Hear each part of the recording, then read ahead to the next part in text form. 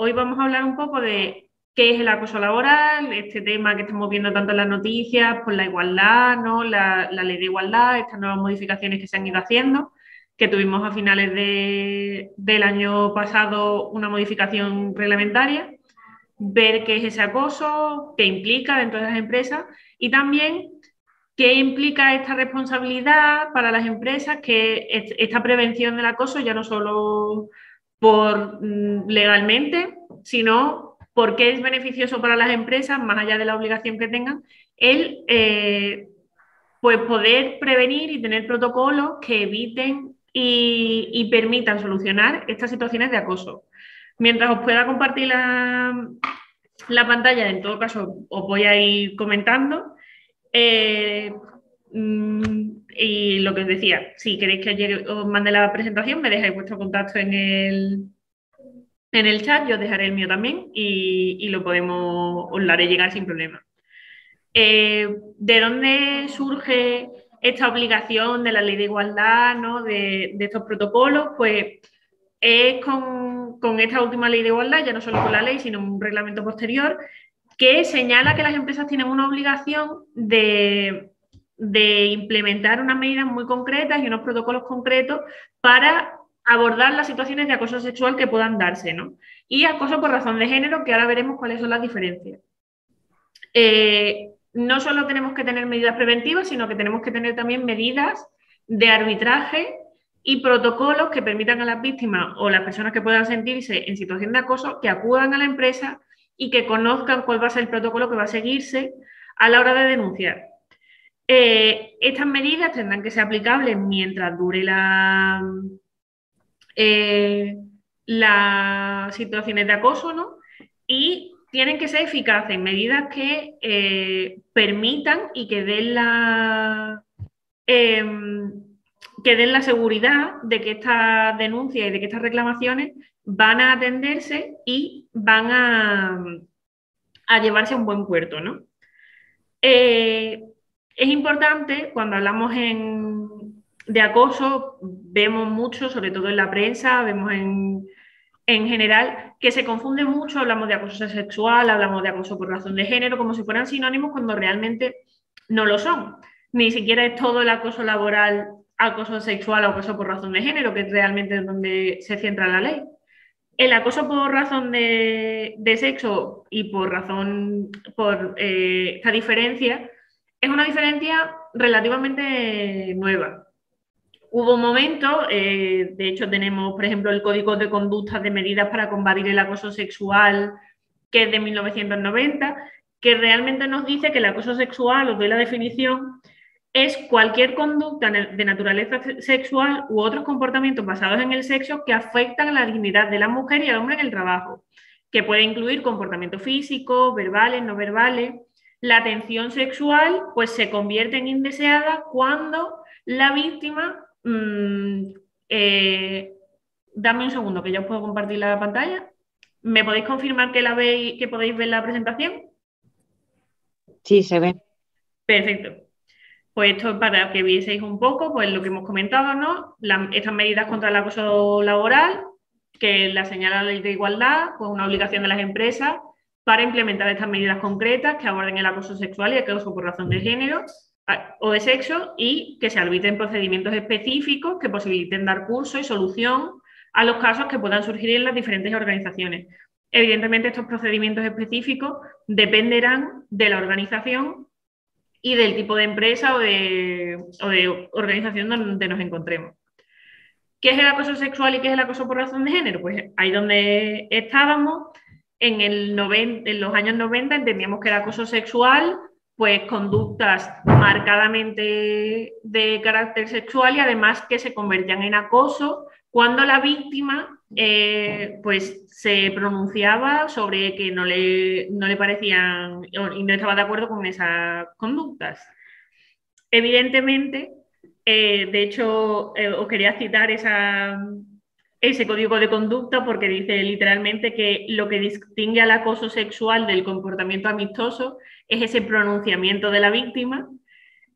Evidentemente, es una visión que hemos dejado bastante atrás y la propia ley de igualdad integra el acoso como una manifestación de la desigualdad entre hombres y mujeres y siempre lo considera discriminatorio. Además, lo considera como, en parte, violencia de género, ¿no? Por eso lo incluye en esta ley de igualdad. Y aquí ya nos da dos definiciones diferentes que son las que vemos en la pantalla. El acoso sexual es cualquier comportamiento verbal o físico de naturaleza sexual que tenga el propósito o produzca el efecto de atentar contra la dignidad de una persona, en particular cuando se crea un entorno intimidatorio, degradante u ofensivo. Es decir, el acoso sexual puede ser cualquier tipo de comportamiento que tenga una naturaleza sexual y que además, independientemente de que sea el propósito o no, produzca el efecto de atentar contra la dignidad de la persona que lo sufre. Mientras que el acoso por razón de género es cualquier comportamiento realizado en función del sexo de una persona que tiene el efecto de atentar contra su dignidad o se hace con ese propósito y crea ese mismo entorno intimidatorio, degradante u ofensivo. Aquí ya no aplica que la víctima se manifieste en contra o no, simplemente que se den esos comportamientos, incluso aunque no tengan ese propósito, aunque no haya una intencionalidad discriminatoria, por el hecho de que sean de naturaleza sexual o que se estén realizando en función del género de la víctima, nos encontramos ante situaciones de acoso. Y estas situaciones de acoso, por la propia situación, van a crear un entorno intimidatorio que haga a la víctima sentirse degradada o que se sienta ofendida de cualquier forma. ¿Qué formas de acoso tenemos? ¿No? La tradición jurídica, tanto normativamente como jurisprudencialmente, y sobre todo a nivel europeo, nos da varios tipos de acoso. En primer lugar, a nivel europeo, una directiva del Parlamento Europeo amplía estas formas de acoso laboral no solo a la relación laboral, sino también a las relaciones que pueden darse antes durante el proceso de selección o incluso fuera del ámbito laboral. Es más, las formas de discriminación por acoso pueden llegar incluso a ser laborales, aunque no se den por un superior o por un compañero. Podemos encontrarnos en acoso laboral, tanto sexual como por razón de género, con clientes o terceros o proveedores con los que nos vemos obligados a relacionarnos durante nuestra jornada laboral. ¿Qué formas de acoso hay? Podemos encontrar, pues prácticamente tantas como acosadores o víctimas, pero en general las podemos resumir en dos grandes ramas. Por un lado tenemos el acoso de intercambio o el chantaje sexual, que es el que se produce por una persona de jerarquía superior o por personas cuyas decisiones tienen efecto sobre el empleo y las condiciones de trabajo de la persona acosada. Es decir, la persona acosada se va a ver forzada a elegir entre someterse a esos requerimientos, que pueden ser de tipo sexual o pueden ser condicionados por su género, para conseguir ciertas condiciones laborales o para conseguir algunos beneficios. Es un abuso de autoridad, se da por una persona que está por encima jerárquicamente o que tiene el poder de decidir sobre nuestras condiciones, así que el sujeto activo va a ser una persona jerárquicamente superior y el sujeto pasivo va a ser la persona acosada. Este tipo de acoso, además, se puede dividir en otros dos tipos. Puede ser explícito, directamente, en una entrevista de trabajo, en una entrevista con el superior jerárquico, se plantea oye, pues puedes acceder a un ascenso o a una subida de sueldo si haces determinadas acciones, o incluso puede ser te vamos a despedir o vamos a modificar tu jornada, vamos a hacer que tus condiciones laborales sean peores si no accedes a estas peticiones, o puede ser un chantaje implícito. Es decir, no se ofrece o no se peticiona a la víctima directamente, pero sí que la víctima puede ver cómo personas a su alrededor consiguen beneficios o ventajas que no está consiguiendo ella por acceder o tolerar determinadas actuaciones por parte de sus superiores jerárquicos. También encontramos el acoso ambiental o sexista. Aquí ya no nos encontramos en peticiones sexuales o que tengan un sujeto activo concreto, como puede ser un jefe o un superior, sino que aquí es una conducta que crea un entorno laboral intimidatorio o humillante para la persona que es objeto de la misma.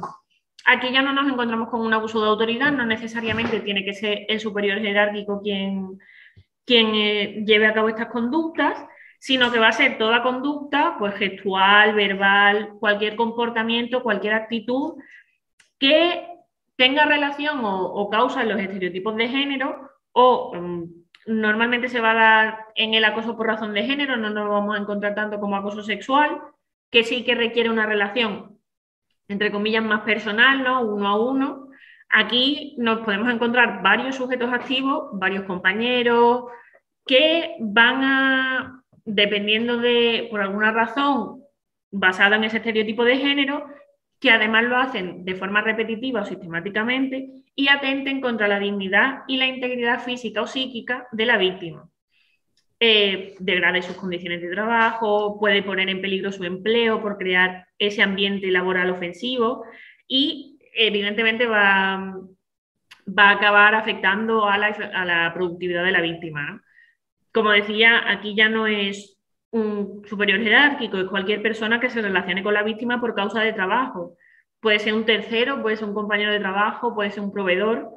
Y este acoso puede manifestarse de muchas formas. Pueden ser conductas verbales, pueden ser conductas de carácter físico, comentarios.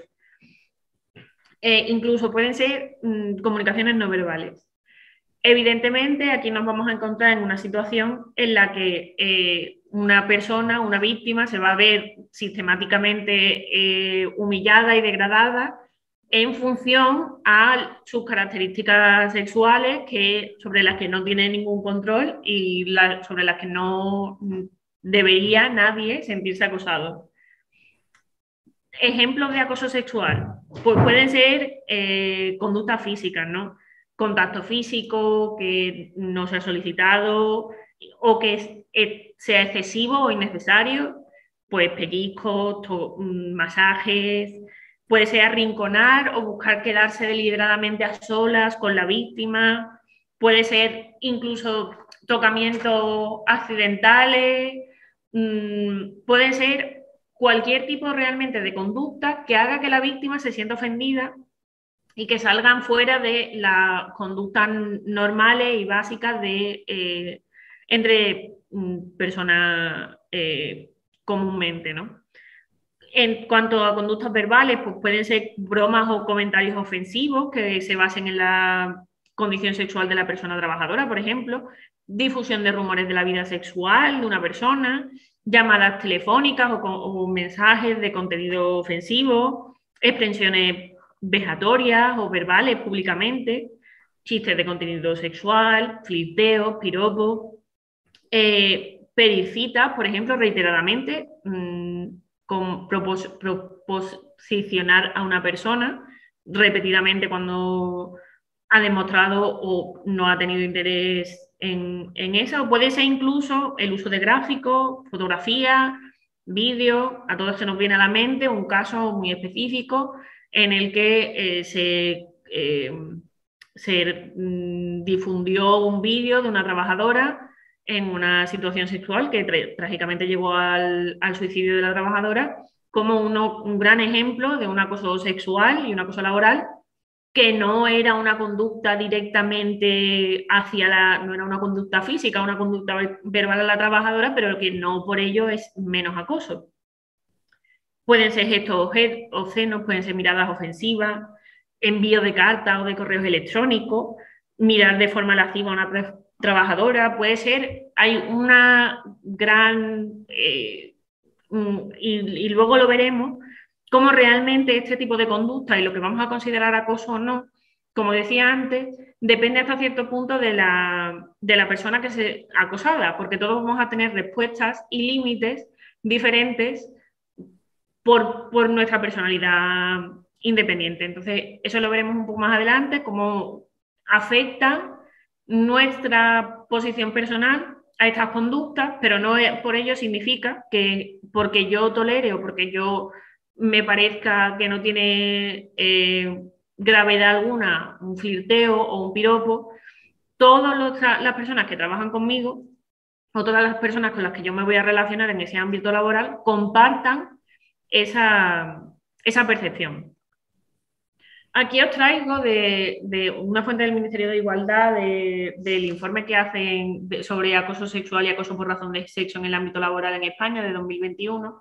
Os traigo un poco, es una encuesta que realizan anualmente, donde van, pues preguntan sobre el impacto directamente, sobre la opinión de la gente también, sobre qué se considera, qué consideramos acoso, qué no lo consideramos. Os recomiendo que lo veáis, ya no solo el informe, sino también publican un resumen ejecutivo donde se centran más en los datos y en las conclusiones. Os recomiendo que le echéis un vistazo, vienen muchos datos bastante interesantes. A mí particularmente me ha interesado sobre los porcentajes de qué tipo de conductas se enfrentan las mujeres, o en este caso no divide por sexo, en el ámbito laboral que consideramos acoso, ¿no? Vemos que la mayoría, la gran mayoría, van a ser chistes, van a ser gestos o miradas, o van a ser piropos y comentarios. Es decir, van a ser conductas no verbales y conductas verbales. Raramente vamos a encontrar contacto físico, en parte porque, por ejemplo, cuando hablábamos de pues, tocamientos accidentales, es verdad que es una conducta mucho más íntima, es mucho más privada. Ahora con el COVID, con la pandemia, esta distancia social, es verdad que es un comportamiento de acoso mucho más agresivo que, por ejemplo, chistes o piropos comentarios que podemos quitarle bastante importancia, a pesar de que su efecto va a ser el mismo en la persona acosada, ¿no? Si yo me siento acosada, si yo entiendo que se están haciendo comentarios vejatorios sobre mí, independientemente de que sean chistes o no sean o no graciosos, van a ser vejatorios y van a ser acoso y me voy a considerar acosada.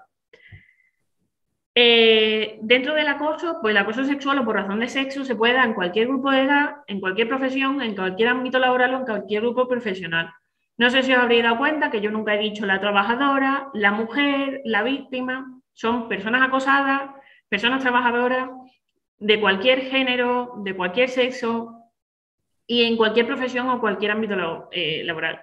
Sí que es verdad que hay determinados grupos que son más vulnerables. Lo que nos dicen esos datos que os comentaba antes del resumen del informe del Ministerio de Igualdad es que la gran mayoría de las personas que se enfrentan a situaciones de acoso laboral son mujeres.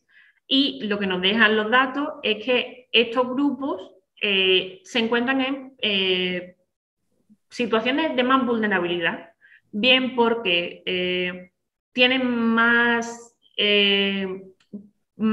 probabilidades, entre comillas, de acceder a puestos de trabajo donde haya situaciones de acoso, o bien porque ante una situación de acoso tengan menos posibilidades de dejar ese puesto de trabajo. Por ejemplo, las mujeres son las con responsabilidades familiares, cuya economía depende de ellas mismas y de que mantengan ese puesto laboral, independientemente de las condiciones. Mujeres que acceden a sectores profesionales tradicionalmente masculinizados, porque se van a encontrar muchos estereotipos de género. Va a ser un acoso, entre comillas, más ambiental normalmente, porque se considera que al ser mujeres pues no pertenecen o no deberían estar en ese tipo de sectores. Mujeres jóvenes que acceden por primera vez al empleo, particularmente ahora. Veremos luego las causas en las que podemos entender que se da el acoso, pero veremos que la precariedad es una de ellas.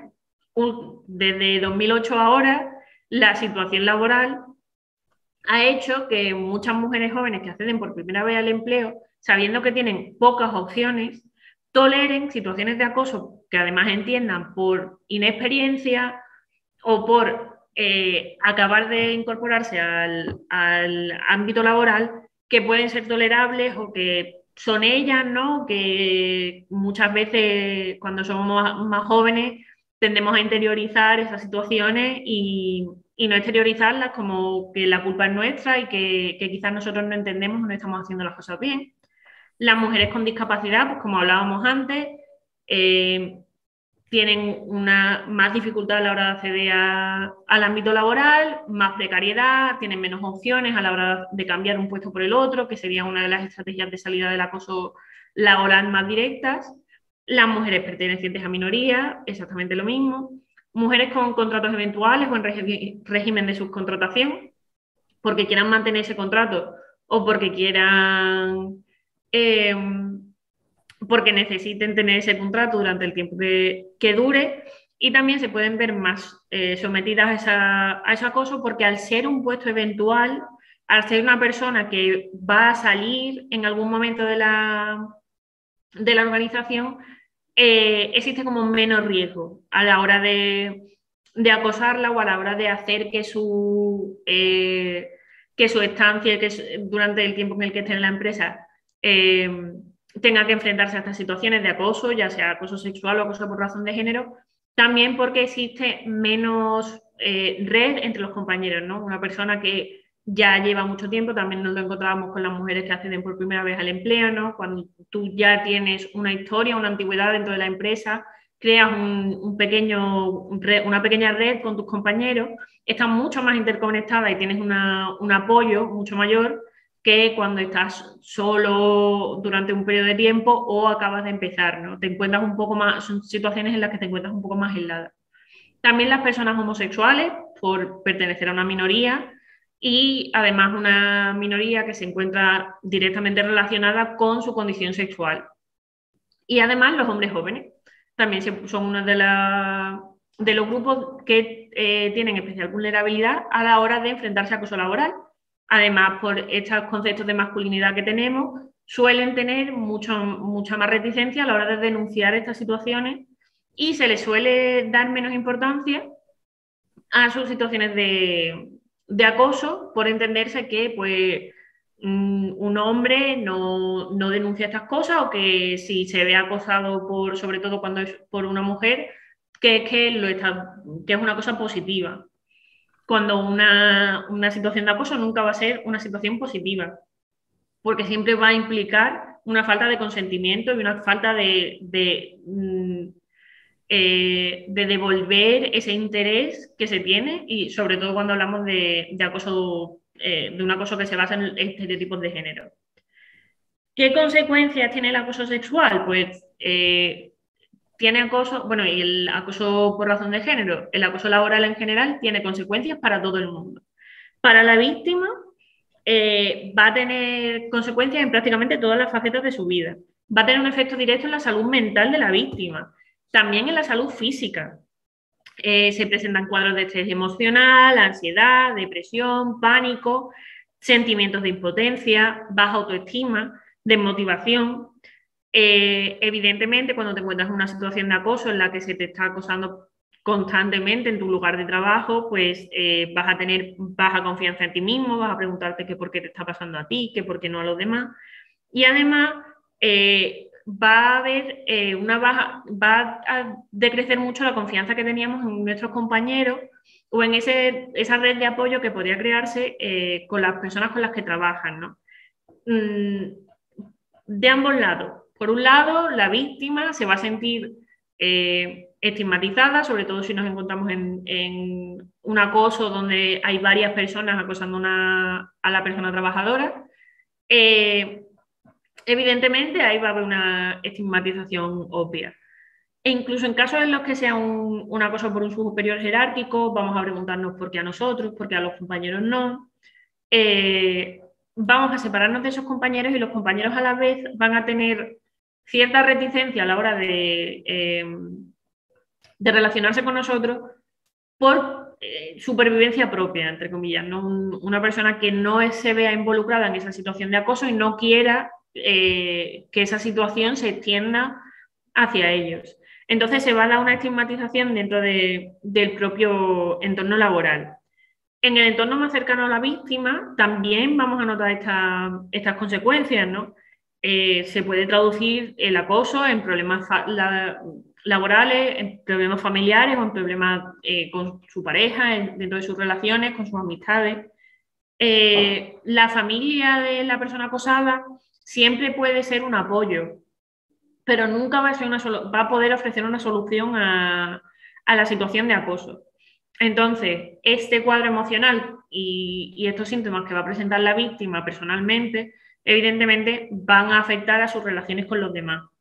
Finalmente, aparte de cuadros psicosomáticos como pueden ser fatiga, insomnio, vamos a ver cómo todo esto va a llevar a una pérdida de productividad en el trabajo a la víctima. No es que esta pérdida de productividad sea lo más importante, pero al final cuando estamos hablando en entornos organizativos y de empresas, sí que es algo que tenemos que comentar, ¿no? Va a tener mucha dificultad a la hora de formarse, va a tener dificultad a la hora de cumplir objetivos, ascender, puede desembocar en la pérdida o en el abandono del trabajo, bien porque la situación se haga ingestionable e insostenible para la propia víctima y decida dejar ese trabajo, o bien porque dentro de la empresa, por esta pérdida de productividad, por esta estigmatización dentro de los compañeros, se tome la decisión de echar o despedir a la víctima. Esas consecuencias van a tener mayor o menor incidencia dependiendo de las características personales de la víctima, de su situación económica y de los apoyos externos que pueda tener. Como comentábamos antes, la precariedad es un gran factor dentro de las situaciones de acoso. Si yo tengo la capacidad de irme a otro trabajo o acceder a otro puesto, si yo tengo la capacidad de abandonar esa situación de acoso, aunque no sea una solución a la raíz del problema, sí que me va a permitir salir de esa situación frente a personas con discapacidades o con más precariedad laboral que realmente se están enfrentando a poder pagar la factura gracias a ese puesto de trabajo o tener que ir al paro ni siquiera si lo dejan y simplemente pues, tolerar esa situación hasta que se haga insostenible independientemente de las consecuencias personales que pueda llegar a tener. En la empresa se va a generar un entorno laboral muy tenso, va a haber una reticencia para colaborar entre el personal, un aumento del ausentismo, una rotación en puestos de trabajo que vamos a ver si, por ejemplo, es un superior jerárquico quien entra en estas conductas de acoso, veremos que los puestos que sufren ese acoso van a tener mucha rotación. Bien porque baje la productividad y los echen, bien porque son personas que busquen irse a otro sitio, pero puede ser un indicio, cuando tenemos un departamento con mucha rotación, por ejemplo, de por qué se está dando esa rotación. Y en general va a ser un coste económico, lo que implica bajas de trabajadores, nueva contratación, formar de nuevo.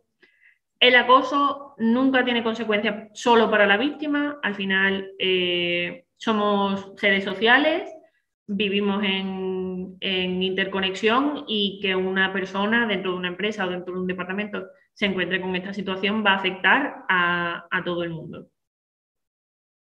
Hablábamos antes de la precariedad, de distintas causas que pueden llevar a una situación de acoso. Es muy difícil determinar una causa concreta que derive en una situación de acoso, porque suele ser una combinación de variables, ¿no? Pero sí que hay causas que son más relevantes que otras. Por un lado, el sexismo, ¿no? Vivimos en una sociedad que a lo largo de los años ha avanzado mucho, hemos tenido muchos cambios, pero seguimos siendo una sociedad que viene de donde viene y donde todavía seguimos teniendo sexismo, sigue habiendo conductas discriminatorias hacia mujeres, hacia personas del colectivo LGBT. Entonces, estos complejos sociales, entre comillas, ¿no? Estos problemas sociales se traducen en el ámbito laboral. Y estos estereotipos, este sexismo cultural sobre el papel de las mujeres, sobre el papel de los hombres, qué significa ser una mujer o qué significa ser un hombre, va a impactar cómo nos relacionamos en el mundo laboral. También estos estereotipos de género que están muy relacionados con el sexismo, pues estas creencias que perpetúan características que a lo largo de la historia hemos considerado que son de hombres o que son de mujeres, que van a determinar diferencias en lo que se refiere a nuestras capacidades y a los roles que tenemos que tener en el ámbito laboral, en el ámbito social o familiar, y que pueden justificar, en algunos casos, bueno, que en la mente del acosador o de los testigos incluso, pues, ¿por qué se da ese acoso laboral? Pensar que pues, las mujeres son más débiles, que los hombres son más fuertes, que son más violentos y las mujeres más empáticas, que las mujeres son más maternales, mientras que los hombres pues, son los que tienen que salir a ganarse el pan. Todos esos estereotipos van a afectar a cómo nos relacionamos nosotros con el mundo que nos rodea. No solo en el ámbito laboral, todos crecemos con estereotipos. El problema y el peligro de los estereotipos es que los interiorizamos. No nos paramos a pensar si esas ideas que tenemos realmente están basadas en la realidad o no. Y en el ámbito laboral pueden degenerar este tipo de problemas, ¿no? Que se dé una cosa ambiental porque hay una mujer trabajando de fontanera y pues pensemos que eso no es un puesto para una mujer, o llevando a los extremos, que pensemos que las mujeres no tienen por qué participar en el ámbito laboral y en el mundo laboral porque realmente su papel es estar en casa o cuidando de los niños. Mi madre me cuenta, por ejemplo, que cuando ella empezó a trabajar en la empresa donde trabaja, cuando le daban un bonus o cuando le llegaban algún objetivo y les daban alguna recompensa, era el director de la oficina quien decidía cómo repartir ese bono, esa recompensa, y que le daba más a los hombres porque ellos tenían que mantener pues, a su familia, mientras que mi madre y sus compañeras tenían un hombre que las mantuviese y que era quien ganaba el dinero y que a ellos les hace más falta, ¿no? O incluso aún lo podemos encontrar a la hora de repartir vacaciones, quién tiene niños, quién no tiene niños, quién... Entonces, estos estereotipos van a pasar muy desapercibidos, pero al final acaban afectando a las decisiones que tomamos. Y es importante ser muy conscientes de ellos, que tenemos que valorar a la gente como individuos y por sus características personales y no por las características que entendemos que su género les aporta. Una falta de normas laborales claras también va a ser una causa bastante importante en las situaciones de acoso.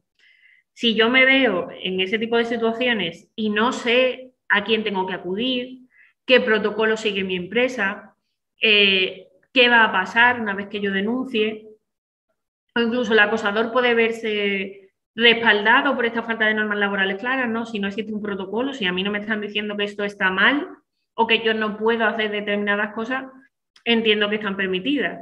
Entonces es importante que la propia organización plantee que estas situaciones pueden darse y que ponga en marcha estrategias de prevención y de afrontamiento. Que las víctimas, que los acosadores sepan que ese tipo de actuaciones no están permitidas y van a tener respuestas y van a tener castigos, y que las víctimas sepan que se ven respaldadas por la organización, que pueden acudir a su jefe, a su superior, en caso de que sea su superior, a recursos humanos, y que se va a dar una respuesta realista a su problema. Y, como ya hemos comentado antes, la precariedad. No existe una relación directa entre la precariedad laboral y la inestabilidad laboral y el acoso sexual. Y por razón de género, porque se ven obligadas a tolerar esa situación por no tener una salida que les permita abandonarlo. ¿Qué medidas puede tomar la empresa? Bueno, primero quería hablar un poco de qué estrategias tenemos personalmente, ya no son desde la empresa, sino qué estrategias personalmente van a afectar a nuestra actuación en un caso de acoso. Como decía antes, la propia percepción de la gravedad del acoso. A lo mejor a mí pues, hay determinados tipos de chistes que que no me importan o que dependiendo de la persona que los haga no me importa, ¿no? No es lo mismo las conversaciones que tengo con un compañero desde hace un año que una persona que se acaba de incorporar y que haga determinado tipo de comentarios, ¿no? También va a depender de nuestra naturaleza, de que seamos más o menos extrovertidos, de que nos guste socializar más de una forma u otra. Va a depender también de la persistencia del acoso, de las conductas. No es lo mismo un comentario o una broma que una broma que se repite una y otra vez y que aunque le hayamos pedido que pare o le hayamos manifestado que no nos hace gracia, que aún así persista ese comportamiento, ¿no? La respuesta del acosador a nuestras demandas también afecta a qué percepción vamos a tener sobre el acoso. Que existan o no procedimientos formales dentro de la organización, como comentaba, ¿no? O la percepción de la víctima sobre la actitud de sus superiores o de terceros. Tener una dirección que apoye a las víctimas y que deje claro y que deje constancia a través de estos protocolos, a través de formaciones, de sensibilizaciones, que estas actitudes no van a tolerarse y que se van a estudiar en caso de que se den, que van a apoyar a la víctima, que van a tomar medidas que solucionen la situación, van a promover que las víctimas hablen antes, denuncien antes, reclamen antes y que esta situación, que es negativa para todos, se vea solucionada antes, ¿no? Si la víctima siente que la organización no tiene tolerancia contra el acoso y lo manifiesta explícitamente, se genera una atmósfera de seguridad para las personas que sientan la necesidad de denunciarlo sin pensar que serán juzgadas, ¿no? Ya no solo por sus superiores o por la dirección, sino también por sus propios compañeros. Por eso es importante la sensibilización, ¿no? La víctima puede actuar de muchas formas, puede evitar a la persona acosadora cuando esto sea posible, puede buscar apoyo en sus redes familiares o en sus redes externas al trabajo, puede enfrentarse a quien la acosa o puede buscar ayuda, que es lo que estamos intentando, es lo que intenta esta ley y es lo que estamos intentando con estas sensibilizaciones, ¿no? Que dentro de las propias organizaciones se genere esta sensibilidad, que se planteen estas situaciones y que se planteen protocolos que permitan que la víctima acuda a la propia organización, que le va a dar mucha más flexibilidad y mucha más rapidez y eficacia a la hora de actuar contra estas situaciones y evitar, pues lo que hablábamos antes, de puestos con mucha rotación, de pérdida de productividad por tener este tipo de situaciones dentro de la organización que quizás al no haberse planteado no han salido a la luz. Entonces, ¿qué medidas puede tomar una empresa para la erradicación de estas situaciones? Pues las empresas, como hemos dicho antes, deberán promover condiciones de trabajo que eviten el acoso laboral sexual o por razón de sexo y tienen que arbitrar procedimientos específicos para su prevención y dar cauce a las denuncias o reclamaciones que se puedan formular, ¿no? ¿Qué responsabilidad? Como decía, ya no es solo porque tengan esta obligación legal, ¿no? Debe ser un objetivo de las empresas por su propia responsabilidad social, pero a través de códigos de buenas conductas, de facilitar la información y la sensibilización a la propia plantilla, de desarrollar canales de denuncia, actividades promotoras de la igualdad y ya no solo estableciendo estos cauces de denuncia y estos protocolos, sino informando a la plantilla de que estos existen y cómo pueden usarse. Son algunas de las finalidades que tienen las empresas en la prevención de este tipo de situaciones. ¿Qué pasa? ¿Qué responsabilidad tienen empresarialmente desde la ley, ¿no? Pues la empresa está obligada a prevenir las prácticas de acoso y a erradicarlas en el caso de que se den dentro de la empresa. En caso de que esa obligación no se cumpla, se activa el régimen de responsabilidad jurídica de la empresa, ¿no? Que es especialmente intenso cuando hay un daño efectivo a la víctima. Aquí hay una situación importante, hay una diferencia importante. La obligación de las empresas es disponer de un protocolo que prevenga el acoso y que contemple medidas de acción cuando se produzcan estas prácticas. La activación de que el protocolo se active en el momento oportuno, cuando haya una denuncia o una reclamación, ya sea de la propia víctima, ya sea de terceros, y que se tomen medidas de actuación que estén previstas en el protocolo que sean realmente eficaces, ¿no? Y que no sean simplemente pues, medidas, un parche, que realmente no solucionen la situación. Lo relevante en este caso no es el daño, no es que la víctima, que se dé la situación de acoso y la víctima pues tenga daño psicológico, daño físico, o incluso que exista un daño económico. Este incumplimiento se da por parte de la empresa en su obligación preventiva. La empresa tiene la obligación de crear estos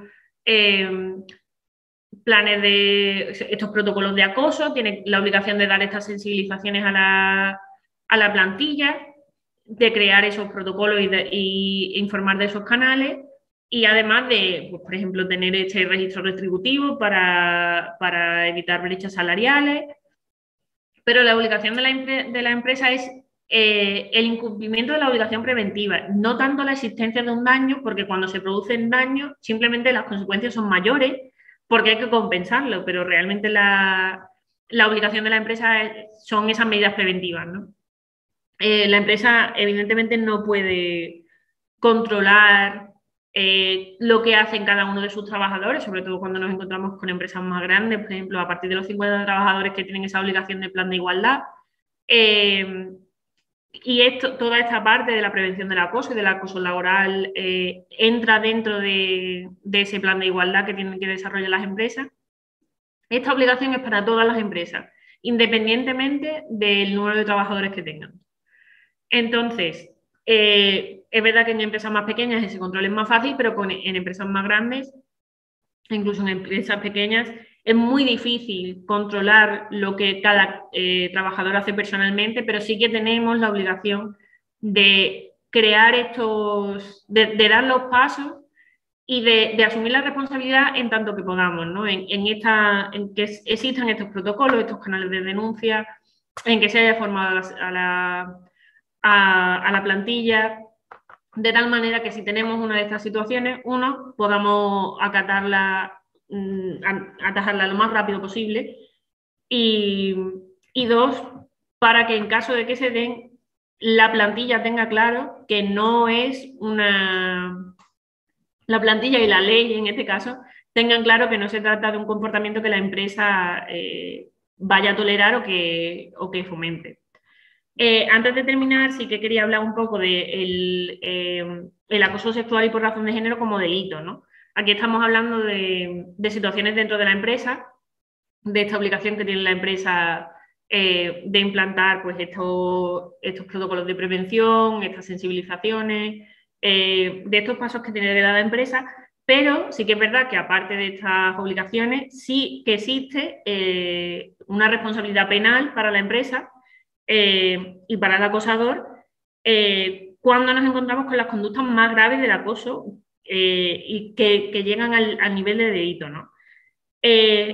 Aquí nos encontramos en el artículo 184 del Código Penal, que nos va a considerar como los requisitos que considera para que se dé este delito, es que tienen que ser solicitud de favores de naturaleza sexual para sí mismo, para un tercero, es decir, solo vamos a considerar como un delito el acoso sexual, que se produzca en el ámbito de una relación laboral o docente o de prestación de servicios de forma continuada o habitual.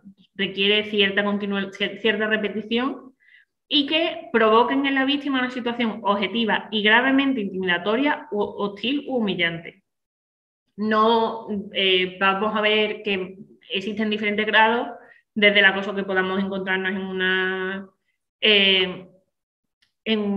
de una forma más leve, entre comillas, hasta esta habitualidad de la solicitud de favores sexuales que provoquen una situación pues, gravemente hostil.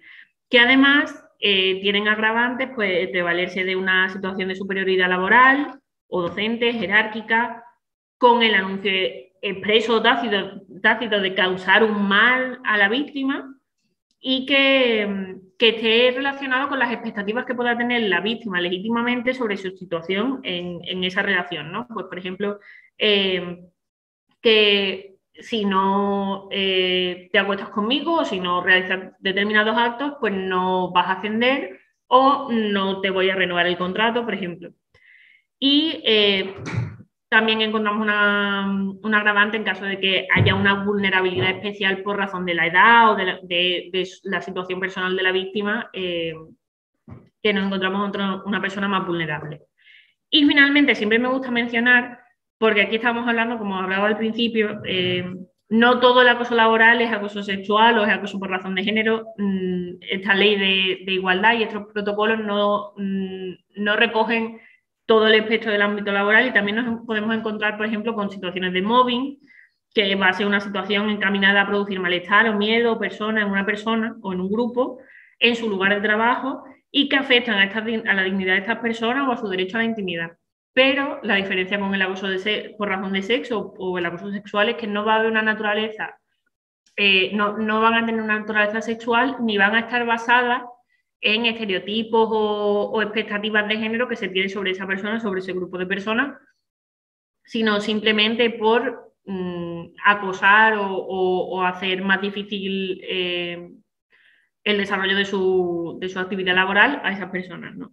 Tiene que ser permanente, tiene que haber una reiteración en el tiempo, que haya una causalidad en el trabajo y una falta de amparo en el poder de dirección, ¿no? o la gravedad de la conducta, que sea intencional, que tenga una actitud denigratoria, un carácter individualizado. Al final, al tratarse de situaciones de acoso vamos a encontrar muchos puntos en común, pero sí que tienen esa diferenciación del el acoso laboral, que no existe esa intencionalidad sexual o por razón de género. Hay muchas situaciones también en el entorno laboral que no, aunque son desagradables, no van a llegar a considerarse acoso, pues exigir el cumplimiento laboral, un jefe que dentro del sentido común es particularmente desagradable, o que controle la tarea de sus subordinados, ¿no? Un rechazo social generalizado de una persona. No podemos acosar a nuestros trabajadores, a nuestros compañeros. Tenemos que tratarlos con respeto, pero no por ello nos tenemos que llevar bien, ¿no? Y no tenemos la obligación de relacionarnos con ellos de una forma positiva, pero sí que son situaciones que entrarían, que no entrarían dentro del acoso y que nos podemos encontrar dentro de de las relaciones laborales. Yo aquí os dejo mis datos, he visto que algunas ya me habéis dejado vuestro correo por el chat. Aquí tenéis mis datos. No sé si alguna tiene alguna pregunta ahora o si siempre estáis a vuestra disposición si queréis a través de ese email, y ese es mi teléfono. Así que si me llamáis ahí, vais a hablar conmigo. Entonces, pues si tenéis alguna pregunta, estoy a vuestra disposición. Y bueno, muchas gracias a todas por haber atendido hoy y espero que os haya gustado y os haya resultado interesante. Voy a dejar de compartir la pantalla. Hola, buenos días. Hola, buenos Rocío. días. ¿Qué tal? Soy Patricia de Aldaba. Pues, sí, ¿Me, te veo, me cuéntame. oyes bien? Te pongo la Sí. cámara si quieres, lo que tú me... Aquí estoy. Hola, ¿qué tal? Hola, ¿qué tal? Pues mira, yo te quería preguntar, porque siempre es una duda que hablamos y tal, cuando hay este tipo de situaciones en empresas, a la hora de la persona pues presentar algún tipo de demanda o denuncia frente a la inspección o lo que sea, las pruebas que pueden presentar en este sentido a veces son un poco dudosas, ¿no? Por el tema de pues, grabaciones o conversaciones, no sé. ¿Me puedes contar un poquito más acerca de eso? Si conoces algún caso. A ver, siempre a la hora de presentar una demanda y a la hora de presentar cualquier queja, ya fuera del canal de denuncia habitual, siempre vamos a tener que regirnos por las expectativas de prueba que nos exige la ley, ¿no? A la hora de presentar grabaciones, pues que esas grabaciones se hayan podido tomar, que se hayan podido, que estén de acuerdo a la protección de datos, todo esto. Pero sí que es verdad que nos encontramos ante situaciones que son, por ejemplo, las conversaciones de WhatsApp, que eso es donde se ha puesto ahora muy de moda, que tienen que llevar un peritaje para que podamos justificar que efectivamente no se han modificado de ninguna forma.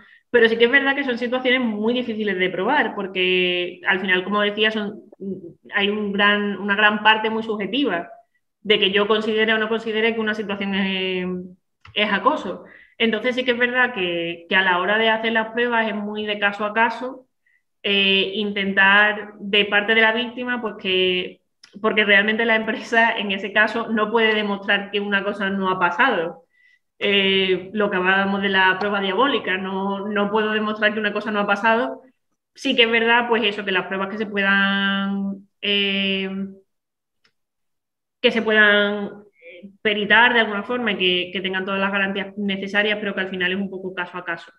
Mm, no te puedo ayudar más en ese sentido. Vale, Hola, vale, buenos gracias. días.